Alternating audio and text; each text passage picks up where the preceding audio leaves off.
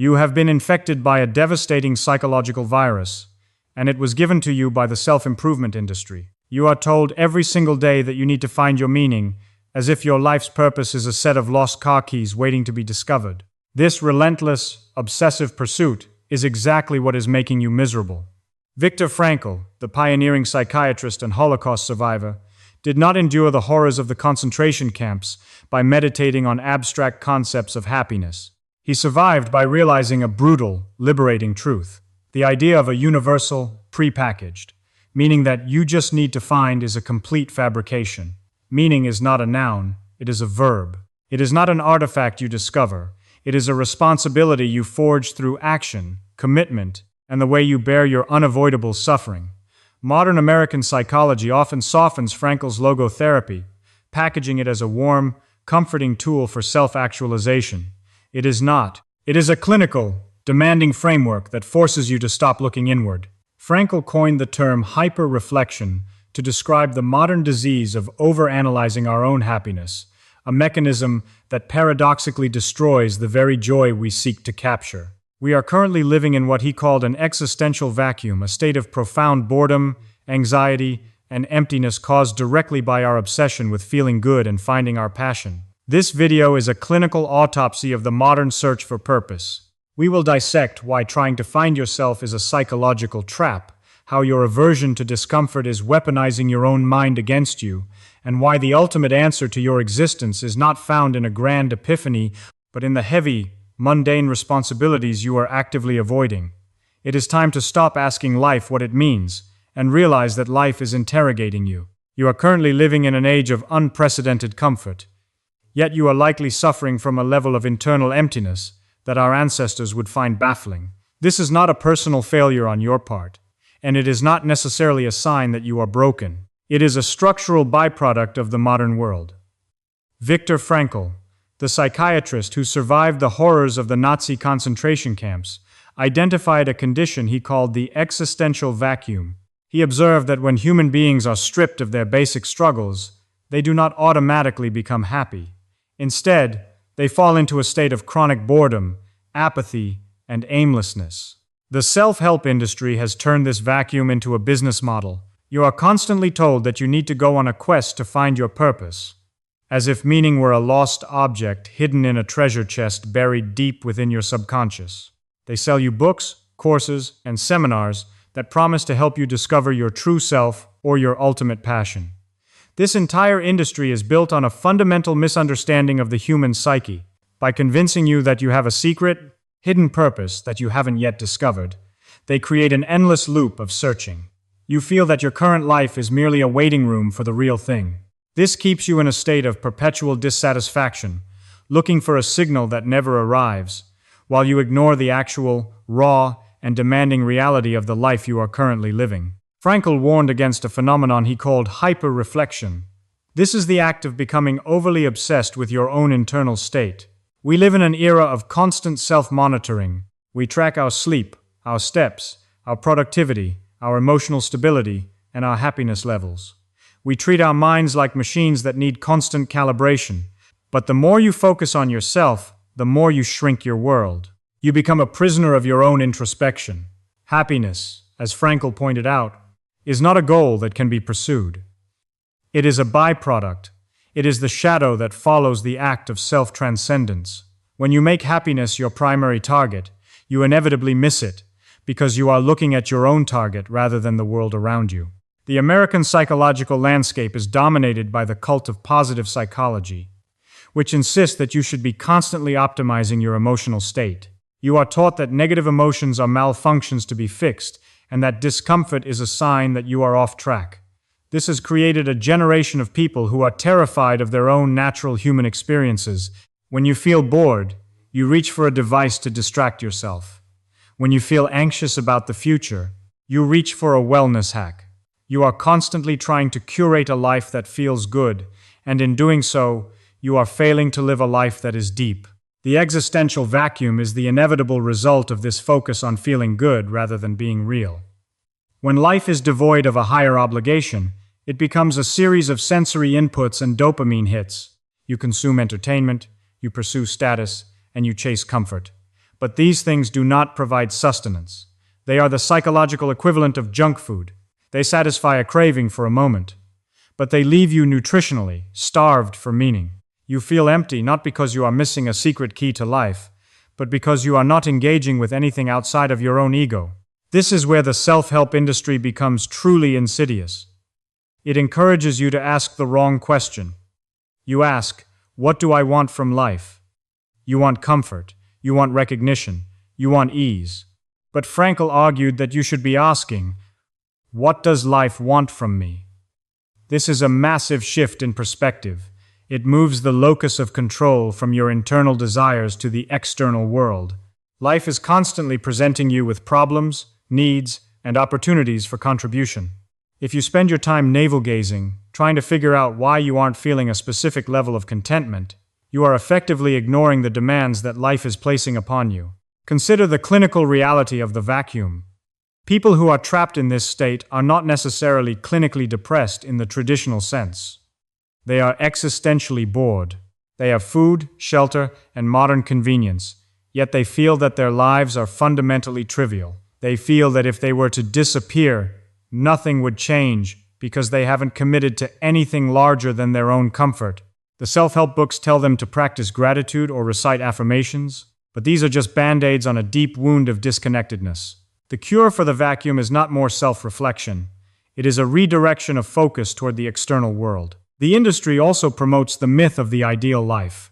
It suggests that there is a perfect career, a perfect relationship, or a perfect lifestyle that will finally make you feel complete. This creates a destructive comparison trap. You look at the curated lives of others on social media and you assume that they have found the meaning you are missing. You feel that you are falling behind. This leads to anxiety, which you then try to treat with more self-help content, further deepening the cycle. You are being conditioned to believe that your life is a project of personal satisfaction. But life is not a project. It is a responsibility. When Frankl worked with patients, he didn't try to fix their mood. He didn't try to help them achieve a state of permanent cheerfulness.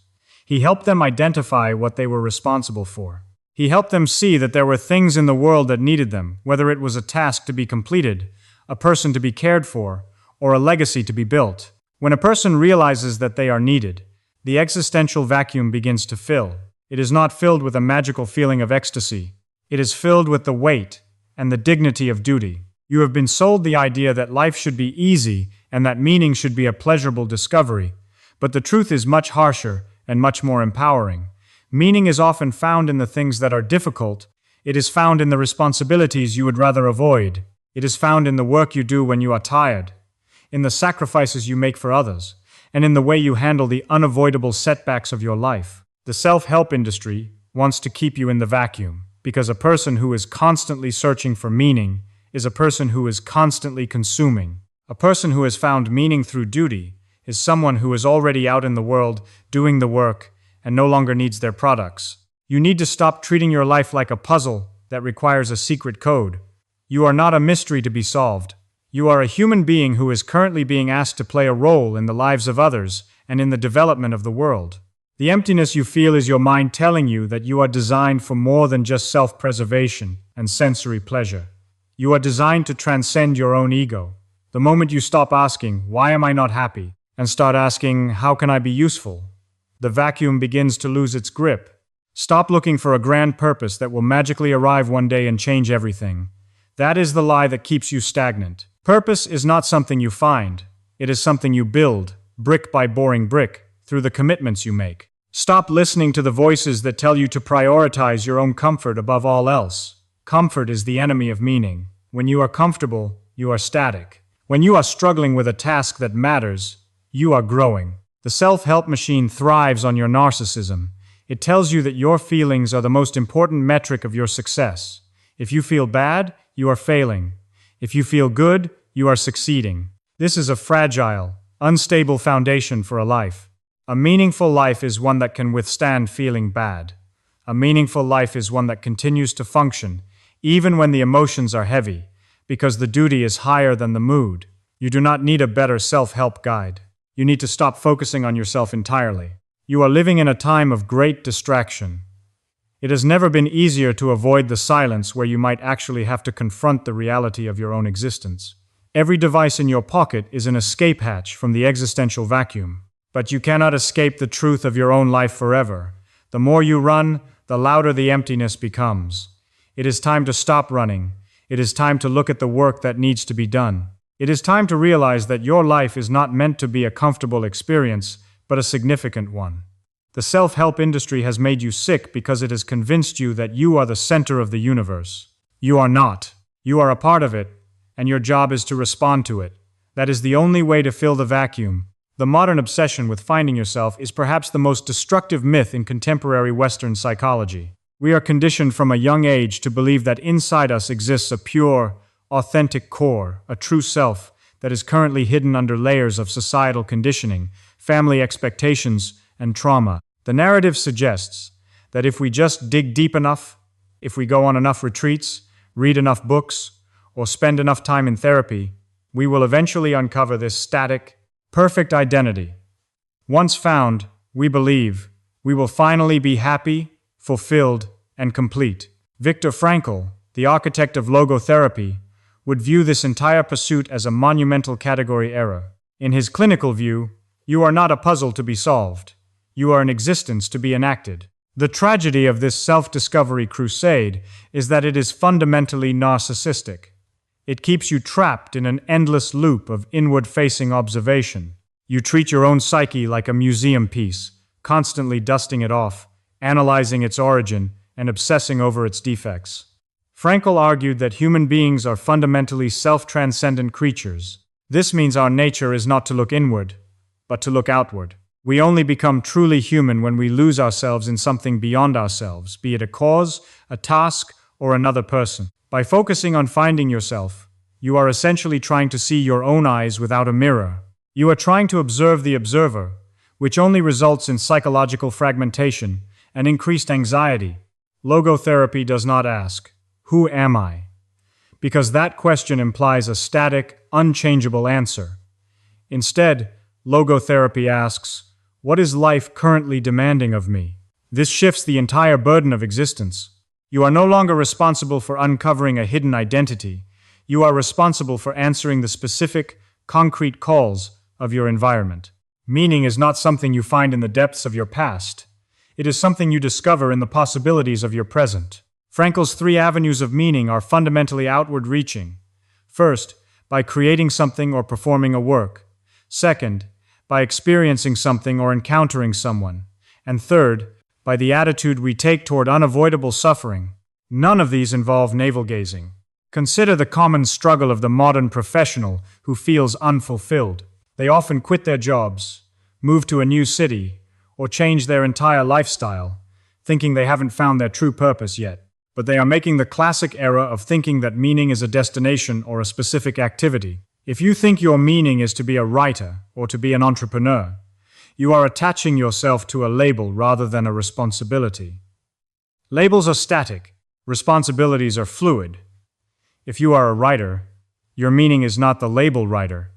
It is the actual, difficult, and messy work of communicating ideas to the world. If you find your meaning in the work itself, you no longer care about the identity you are finding.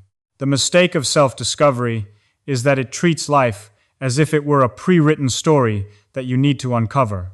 It implies that your future is already decided, buried in your genetics or your past, and you are just a detective trying to unearth it. Frankl viewed life as a series of constant, real-time choices. You are creating yourself every single moment through the decisions you make. You are not discovering who you are. You are deciding who you are. This is a much more terrifying and much more liberating concept. It removes the comfort of the destiny narrative and replaces it with the cold, hard weight of radical responsibility. When you abandon the search for your true self, you stop being paralyzed by the fear that you are doing the wrong thing. People who are obsessed with self-discovery are often terrified of making mistakes. They fear that a wrong career move or a wrong relationship will take them further away from their true path. But there is no path. There is only the trail you blaze by walking. If you treat your life as a canvas rather than a treasure hunt, you become far more resilient. You stop fearing the mistakes because you realize that even in the mistake, you are creating something, you are gaining data, you are refining your character, and you are continuing to act. This misinterpretation of logotherapy, that it is a tool for personal fulfillment, is a distortion of Frankl's original intent. In America, we have a tendency to take any therapeutic framework and turn it into a recipe for making ourselves feel better. But logotherapy is not about feeling better, it is about doing better. It is about the courage to act in a world that is inherently uncertain and frequently tragic. The meaning you derive from your life is not a feeling of satisfaction. It is the awareness that you have done what needed to be done. It is the relief of knowing you have been faithful to the demands of your situation.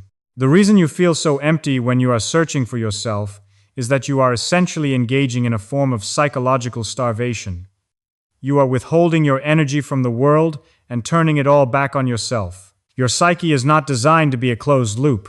It is designed to interact, to clash, to serve, and to create. Think of your energy like a fire. If you try to keep the fire contained within a tiny, sealed box to study it, it will eventually go out because it lacks oxygen. If you put that fire to use to warm a room, to cook, to fuel a machine, it thrives. Yourself is not a thing to be found.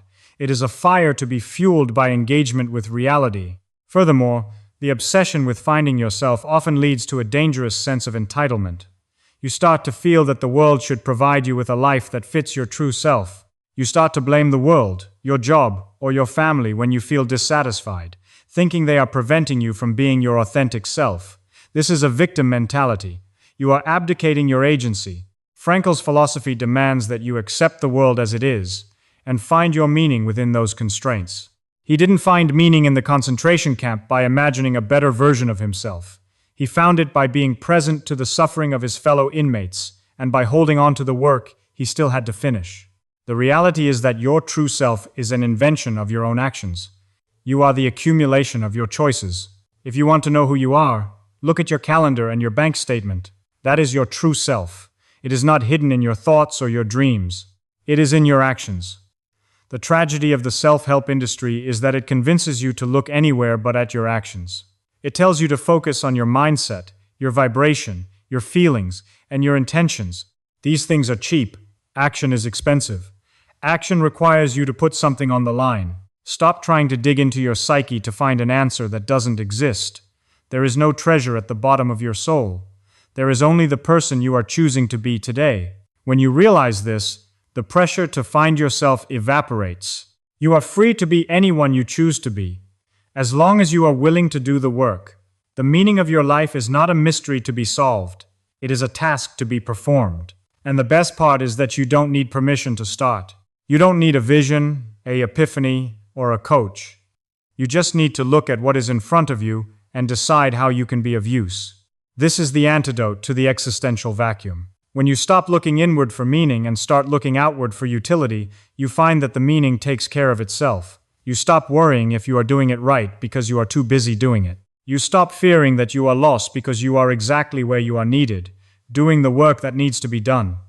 This is the profound, quiet, and powerful truth of logotherapy. It is not about a grand self-actualization. It is about being a bridge between your capabilities and the world's needs. Stop the search. Start the work. Your true self is simply whoever you are when you are busy doing something that matters. The modern world is obsessed with the eradication of pain. We have built an entire civilization dedicated to comfort, convenience, and the suppression of discomfort. We have pills for sadness, distractions for boredom, and entire industries dedicated to ensuring that we never have to sit with the weight of a difficult reality. Yet, in our pursuit of a pain-free existence, we have lost the very mechanism that allows for human growth. Viktor Frankl, drawing from his experience in the most extreme environment imaginable, argued that suffering is not a mistake in the design of human life, it is a fundamental component of its architecture. To understand how pain becomes a utility, we must first change our definition of suffering. In American culture, we treat pain as a pathology. If you are hurt, you are sick. If you are suffering, you are failing. This perspective is a trap. Frankl distinguished between two types of pain: unavoidable suffering and unnecessary suffering. Unnecessary suffering is the pain we inflict upon ourselves through our own distorted perceptions, our refusal to accept reality, and our obsession with what should be. This pain is useless, and it is the only kind that we should actively seek to remove. Unavoidable suffering, however, the pain of loss, failure, illness, or existential anxiety is the raw material of human character. The architecture of suffering relies on the ability to transform the question of, "Why is this happening to me?" into, "What can I do with this?" When you are suffering, your immediate instinct is to look for a reason. You want a narrative. You want to know that the pain is for a cause. But often life provides no narrative. Life does not care about your need for a tidy story. Frankl recognized that the highest achievement of the human spirit is not the absence of pain, but the capacity to maintain dignity while bearing it. When you realize that you cannot change the situation, you are challenged to change yourself. This is where the utility of pain begins. It is the friction that forces the soul to evolve. Consider the concept of tragic optimism. This is not the same as being a glass half full person. It is the ability to remain optimistic in the face of absolute tragedy. It is the realization that while you cannot control the fact that you are suffering, you have absolute authority over your attitude toward that suffering. This is the ultimate freedom. Even when you have lost everything, your job, your health, your loved ones, you still possess the final human freedom, the ability to choose your own way. By choosing to face your pain with courage, you transform a potentially destructive experience into a constructive one. You take the pain and you transmute it into wisdom, empathy, or strength. The self-help industry often teaches toxic positivity, which is the insistence that you must always find a silver lining. This is dangerous, because it forces you to ignore the reality of your pain. Frankl was not a proponent of toxic positivity. He did not tell his patients that everything was fine. He acknowledged the horror, the grief, and the despair. But he insisted that even in the middle of that horror, there was an opportunity for value. You can suffer in a way that inspires others, or you can suffer in a way for you that destroys your spirit. The utility of pain lies in how you hold it. If you hold it as a burden, it crushes you. If you hold it as a witness, it informs your life.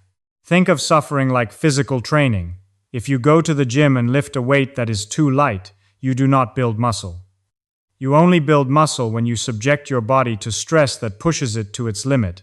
Your psychological life functions the same way. A life without any suffering is a life without any resistance, and therefore, a life without any growth. When you encounter a significant tragedy, you are essentially being presented with a heavy weight. You have the choice to drop the weight and stay weak, or to lift it and integrate it into your identity. Every time you choose to bear the pain of a difficult reality without turning to bitterness, you become a stronger version of yourself. This is why people who have overcome great tragedy often possess a depth and a gravitas that people who have lived protected lives lack. They have mined the utility out of their pain. They have turned their wounds into wisdom. This is not to say that you should go out and look for suffering. That would be masochistic. But it is to say that when suffering inevitably finds you, and it will, you must treat it as a resource. You must ask yourself, how can I use this to deepen my understanding of myself and the world? When you ask this question, you stop being a victim of your circumstances, and you become an agent of your own development. The architecture of suffering also helps us realize what is truly important. Pain has a way of stripping away the superficial. When you are going through a dark time, you don't worry about status, material possessions, or the trivial opinions of others. You are concerned with survival, connection, and truth. Suffering acts as a sieve, filtering out the nonsense and leaving you with the core elements of your existence. This clarity is a utility. It allows you to orient your life around what actually matters, rather than what society tells you to care about. You must also recognize that your suffering can serve others. Frankl noted that in the camps, those who could find a reason to live often for the sake of a loved one who was waiting for them, or a piece of work they had to finish, were the most resilient. Your ability to bear your own pain becomes a beacon for those around you. When others see you facing a difficult reality with grace and resolve, they are emboldened to face their own challenges. Your suffering is not a private, isolated event. It is a social contribution. It is your way of adding strength to the collective fabric of human experience. Ultimately, the utility of suffering is that it proves to you that you are real. It is a stark, unavoidable reminder that you are a participant in a world that is bigger than your comfort. It anchors you in the present. You cannot be somewhere else when you are in the thick of real pain. You are forced to be here, now, dealing with the reality of your existence. This presence is the antidote to the existential vacuum. When you are suffering, you are not bored. You are not feeling empty. You are experiencing the raw, unfiltered intensity of being alive. Do not let the modern world convince you that your pain is a problem to be solved. Treat it as a raw material. Treat it as a tool. When life hits you, do not ask why, because that question has no answer. Ask how. How can I bear this? How can I use this? How can I rise because of this? This is the shift that separates the person who is broken by their experience from the person who is built by it. Suffering is not the end of the story. It is the most crucial chapter. It is where you find the depth, the character, and the strength that you could never have discovered in the comfort zone. Accept the pain as a guest, learn what it has to teach you, and then put it to work. The moment you stop treating your life as a vessel for your own satisfaction, you trigger the most profound psychological shift available to a human being. Viktor Frankl identified this as the Copernican turn in existential thinking. For your entire life, you have acted as if you are the center of the universe, the one who asks the questions, the one who demands answers from the world, the one who expects life to provide a series of pleasurable rewards. You have been the interrogator, but the radical pivot occurs when you realize that life is not the defendant. You are. Life is not there to answer your questions. Life is the one asking the questions, and you are the only one who can provide the answer through your actions. This radical pivot is the ultimate antidote to the existential vacuum. When you realize that you are an answer to life, the burden of finding yourself disappears. You are no longer looking inward for a purpose. You are looking outward for a call. Every situation you find yourself in, your job, your family, your community, your specific struggles, is a question that life is posing to you. It is asking, how will you respond? When you see your life as a series of responses to the demands of reality, you stop being a passive consumer of experiences and start being an active participant in creation. You must embrace the concept of responsibility in its most literal sense, your ability to respond. Modern society has turned responsibility into a synonym for burden or obligation, something that weighs you down. But in the context of logotherapy, responsibility is your greatest source of freedom. It is the proof that you matter.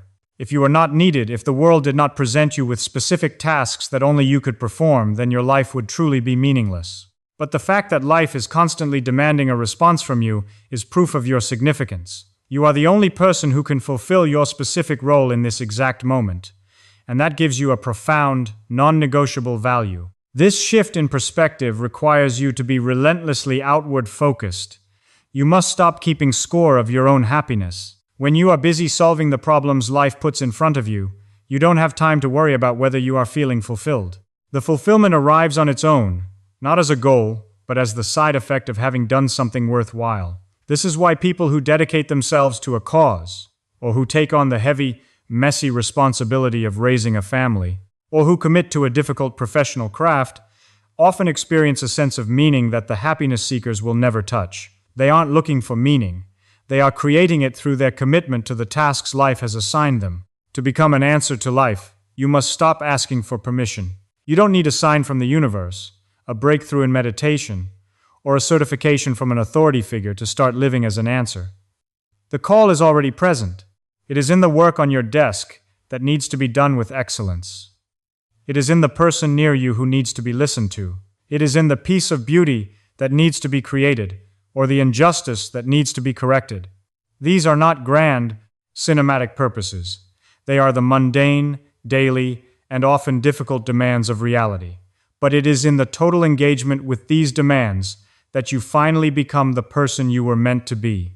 The beauty of this pivot is that it is entirely immune to the crises of the modern world. If you are seeking happiness, a global tragedy or a personal loss can destroy your meaning, because your meaning was built on the foundation of your own comfort.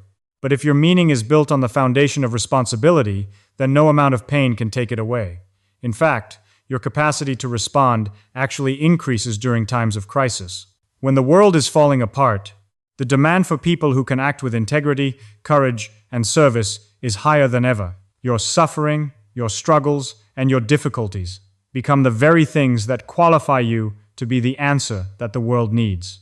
You must stop being a spectator of your own life.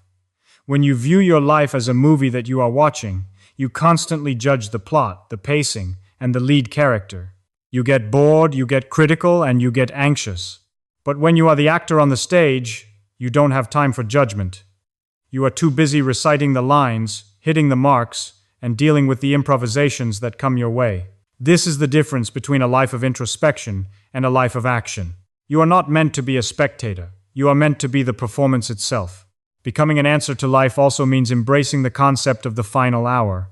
Frankl often urged his patients to live as if they were living for the second time, and as if they had acted as wrongly the first time as they were about to act now. This mental exercise forces you to see the gravity of your choices. It forces you to realize that every moment is a singular, unrepeatable opportunity to respond to life. You don't have infinite chances to get it right. You have today. You have this conversation. You have this task. When you live with this level of urgency, the trivialities of the existential vacuum evaporate. You don't have time for boredom when you know that your time is the most precious resource you possess. This pivot is fundamentally about service. You are serving the world by fulfilling the requirements that it places upon you. This is not a selfless act in the sense of being a doormat. It is a self-transcendent act. You are elevating yourself by connecting it to a reality that is bigger than your own desires. You are a link in a chain. When you act, you are not just doing something for yourself, you are fulfilling a necessity of the universe. This brings a sense of dignity that no amount of self-help validation can provide. You are a part of the architecture of reality, and you are contributing to its ongoing construction. Stop asking life what it can do for you. Stop asking it to provide you with a sense of purpose, a feeling of security, or a life of ease. Life is not a service provider. Life is a demanding, difficult, and beautiful conversation. It is asking you, with every sunrise and every challenge, who you are and what you are willing to give. You are the only person who can provide the response. Do not shy away from the question. Do not try to answer it with a clever remark or a philosophical retreat. Answer it with your hands. Answer it with your work. Answer it with your presence. The existential vacuum is nothing more than the silence of a person who has stopped listening to the questions life is asking. To fill the vacuum, you don't need to shout your own name or claim your own space. You just need to listen to what the world needs from you, and then act. You are an answer to life, a unique and irreplaceable answer. You were born for this specific moment, with your specific set of abilities, your specific set of experiences, and your specific capacity to bear the weight of reality. Your life is not a mystery to be solved. It is a work to be completed. Start now. Take the next step. Answer the call. That is the only way to live, and it is the only way to be free.